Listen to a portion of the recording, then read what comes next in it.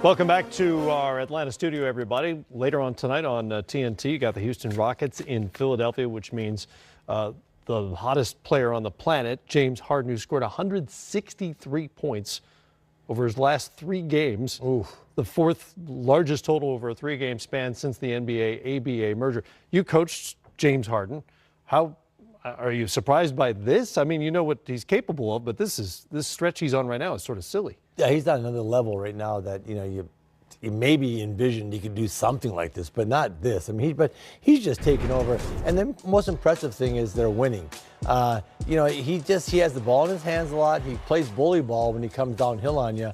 And there's just no way. He's always looking for contact. He's got to be able to go to the line. But to put up these numbers, honestly, it really is just ridiculous. 163 points without a single assisted basket in that 3-game stretch. Now, the free throws, he gets to the free throw line more than anybody. So no one's thrown him a pass where he's not caught a and shot single it? basket in those 3 games in which he has received a pass. That might be more scored. amazing than 163 it's points. Unbelievable. How hard, try to put that in perspective, how hard is it for a guy to create his own shot to that degree that he's literally doing it by himself? Well, it's extremely difficult to do in the NBA. And in fact, I don't know if I ever heard of such a stat in basketball, the 163 points unassisted. Mm-hmm. That means literally you playing by yourself, mm-hmm. and no one else is really touching the ball or getting a chance to fill it. Now, the thing that's really impressive, I watched LA play him last night or a couple of nights ago, and they jumped on his left side and they had a defensive, scheme kind of working. I thought, the first quarter, James was a little flustered by it, but by, halftime, he had figured it all out, mm-hmm. And he's seeing different looks every single night, different schemes on how to stop his individual outbursts. And normally when teams throw a different scheme at you, your immediate response is to, okay, well, if you're going to double team me or make it difficult for me, I'm going to give it to somebody else, and they're going to kill you tonight. James's response to, oh, you're going to put 2 on me? Okay, well, I'm going to do this, and I'm going to score. Right. Oh, you're going to try this defensive scheme on me? Okay, well, I'm going to do this, and I'm still going to score. And that is unique in itself because most basketball players, when you try to scheme them or double team them, they're saying, okay, I'm going to give it up to John, mm-hmm. I'm going to give it up to Mike, or I'm going to give it up to Bill. James is like, no, that ain't enough.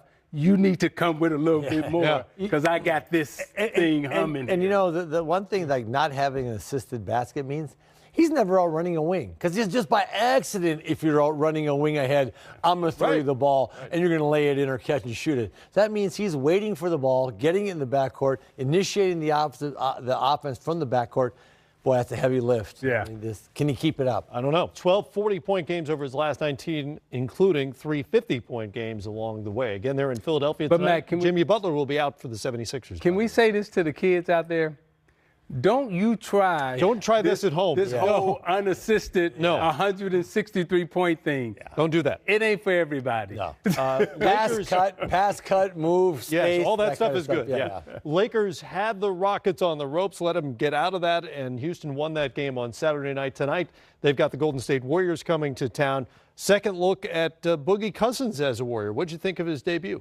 Yeah, I thought he looked pretty lively. I was expecting him to be a little bit more lethargic. He looked like he was a bit lighter, like he had lost a little bit of weight, and I thought he moved well. He was more, a little more spry than I thought he would be. I thought he would labor a little bit more after that injury and stuff. But the one thing that Boogie's got a high basketball IQ. He knows how to play this game. Yeah. Now, he may not always play the right way, and he may get mad at some other stuff, but he really knows how to play. My big concern on him in Golden State is they're not going to be able to switch a lot of stuff that they used to switch with him in it. They're just not going to put him on it. They're going to have to scheme it. Guys are going to have to get over and work. The guards guarding the ball are going to have to work harder now as Boogie kind of gets back in more of a defensive posture, not up high switching. He's going to be back just absorbing everything. Yeah. So the guards are going to have to work harder. And I think those consistent 14 to 16 points that he's going to be able to give you night in and night out. Then he may give you the outbursts of 24, 25.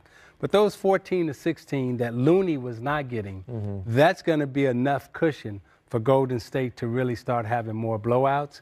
The other thing that I was really impressed with Boogie running the floor. Yeah. I thought the way he ran the floor, he's been sitting back watching, and he's figured out, okay, the way that I can score is to run the floor, because the defense, once it's in transition, everybody's flowing out to the three-point line to guard Durant, to guard Curry or Thompson, and the middle of the lane literally is wide open. And he got a couple of easy layups just by running the floor and getting down into the paint. So he never necessarily was explosive, but he's always been able to run well. And he certainly did that the other night, which he called one of the best days of his life. That's how excited he was to return to basketball. Warriors have won 7 in a row as they hit the floor at Staples Center tonight against the Lakers. More coming up here on Game Time, presented by Kia on this important American holiday, Martin Luther King Jr. Day. Back here in Atlanta, the resting place and birthplace of Dr. Martin Luther King on this holiday. Plenty of basketball happening around the NBA, including the game right now on TNT. The Pelicans in Memphis, place of some significance, obviously, on this day, the Memphis Grizzlies. Rookie Jaren Jackson Jr. is having a nice rookie season, and that is impressive at his age. He's second in the league in blocks per game among rookies, for instance, but that's nothing compared to what you're about to see from 6-year-old Jaren Jackson Jr. Here he is at the buzzer.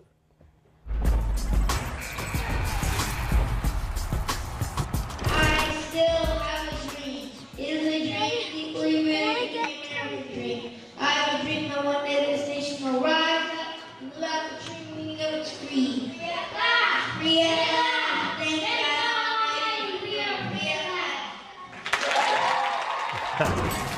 Nailed it as a 6-year-old, which, by the way, was like 13 years ago. Wasn't that long ago. But He had good height for a 6-year-old. Yeah, he was 6'2" as a 6-year-old. He had a good height for a 6-year-old as well. I'm sure he was being asked for his birth certificate a lot when he was young. Pee-wee basketball, like you walk in. That guy is not 10. Yeah, exactly. But how impressive. Didn't even look at his script. He's reading off the speech, so pretty impressive. Well, it's impressive, but then when you think about who his parents were, mom and dad, and, it's not impressive. He was taught well, and he was raised well, and, when you meet him, he treats people with the kindness, the dignity, and respect that his parents taught him. Nice. Big day. Enjoy the basketball. Consider the meaning of the day as well. Civil rights are human rights. Treat each other like humans. Be nice to each other for the rest of the day and the days moving forward. We appreciate you stopping by. This has been Game Time Live, presented by Kia. For Kevin and Zeke, I'm Matt. Enjoy the basketball, folks. The good games are coming up. And consequently, OKC had a good night in the Garden. We didn't find a single Knicks highlight to put in there. Well, they were in the highlights. They were all on the defensive positive side, highlight. They've lost 6 in a row, 9 straight now as OKC gets the win, 127-109. Russ, an assist shy of a triple-double. Talked about the difference today with Rebecca Harlow. OKC now 10 games over 500 on the season. If the Thunder are going to make some noise come playoff time, what's going to be the key to making that happen? They have to keep defending the way they are. And I think they got to get a little bit smarter on offense. We talked about, do they need to add another shooter at the trade deadline? I don't know if they'll be able to go out and acquire one, but if they can't go out and acquire one, then offensively they got to become much more efficient. They got to have better shot selection, and they got to keep defending the way they're defending. What I like about them is tonight Russell Westbrook took 12 shots. It controlled the game. He had 10 rebounds, 9 assists. When you can go out there and control the game with 12 shots, that's the way I like to see him play. I don't like the Russ 8 for 32 nights where he just keeps shooting, and that. Yeah, I just don't like that. I like when he's like his shot's been kind of funky this year, so he's not pushing it as much. He's not pushing that shot threshold up into the high teens, mid 20s all the time. He's deferring more, and I think this gives him a better chance. When you're that efficient, think about it, Zeke. He takes 12 shots, it has 10 rebounds and 9 assists. That's controlling the whole flow of the game, plus defending. Yes. And all the deflections and steals and stuff. So I like this new version of what I'm seeing in Oklahoma City. Interesting to me when the playoffs start. Does the old Russ come back in, bright lights, like, hey, I got to take over? Right. Or does he just kind of say, okay, Schroeder's been making shots, Paul George is our go-to guy, get Adams some stuff, and I'm just going to play basketball. It seemed to me he was pressing the scoring margins, trying to maybe lead the league in scoring and stuff. Now he's just looking to get wins. And I like the let's just go win Russell Westbrook. It's interesting. He's averaging about 10 fewer points than the last of his 2 scoring titles a couple of seasons ago. He's also one of the worst three-point shooters among guys who routinely take threes in the entire league right now. But he's able to do all those other things in part because Paul George has been their leading scorer this year and kind of their go-to guy down the stretch. Well, the one thing that point guards learn in this league, if you want to win championships, right, you can't win championships by maxing out in these categories, right? The way you're going to win championships is to get everybody involved and play as a team. And your point production will go down, but your assist numbers will go up. Your teammates will be happier, right? And you become a better defender. That's how point guards win in this league. Big guys, on the other hand, they win by a different formula. And I think what Russ has figured out right now is how to win as a point guard in this league. We always measured ourselves, the great point guards, you always measure yourself by how many shots did I have to take to control a game? Magic Johnson was brilliant at it because he could take 8 shots and control a game. But if as a point guard, that number was anywhere from 13 to 15 shots a night. And if you took 13 to 15 shots when Michael Jordan was really scoring, I said, Larry and Magic could control the game taking 12 shots. If you got Michael to take 12 shots, you controlled him. Yeah. Because, and I said it was completely different how they play. And I agree with you. I think as Russell Westbrook's shots come down, his team's field goal percentage can go up because rather than forcing 4 or 5 of those shots, all of a sudden now he's driving in there. Where before he'd be taking some, running 9-footers and stuff like that. He kicks it out, and those guys are not. Crazy shots. Crazy shots. Crazy shots. Why didn't I think of that? That's what I said. He was taking crazy shots. Now he's making passes, and guys are taking, nice, got my feet set, knocking down jumpers for him. OKC gets the win today in New York. Meanwhile, across the river in Brooklyn, it's the Nets 123-94 over the Sacramento Kings. 31 for D'Angelo Russell, back-to-back 30-point games for him. Joe Harris had 19, 3 of 4 from three-point range for the third leading three-point shooter in the NBA by percentage. And Joe Harris is with us here on Game Time after I'm told some wrangling with the headset. Is that the case, Joe? Oh, yeah, we got it working now, though. We're all good. Okay, good. Joe, you got to shave that beard. That beard's probably getting in the way. All that gruff, it's hard to work around. I got to trim it up a little bit. You know what? All right, I like it. You know what? I'm a beard advocate now, so I'm all over the beard. Looks good on you. Hey, yours is clean, though. I got to clean mine up a little bit. Question for you, because you've been there, what is your 3rd season now in Brooklyn. At what point, maybe this season or even over the longer haul that you've been there, did your outlook on this team go from, hey, we're a bunch of guys who are kind of getting second chances in many cases, trying to find our spot in the league, to, hey, we can make the playoffs and we're a good team? Yeah, I think you look at us at the beginning of the season, obviously a lot of guys making steps in just individual development. We had some good veteran pieces. And then we just talk about, being a part of the process, trying to get better day in and day out. And we're all, believers in what Kenny, Sean, everybody's trying to preach here in Brooklyn. And there's just, a total buy-in. And obviously, we've had guys that have really stepped up big and improved a lot. D'Angelo's been playing great for us all year. Spencer, you could go down the list. Everybody, it's a collective effort every night. We don't have necessarily that superstar talent, but we play really well together on both ends of the ball.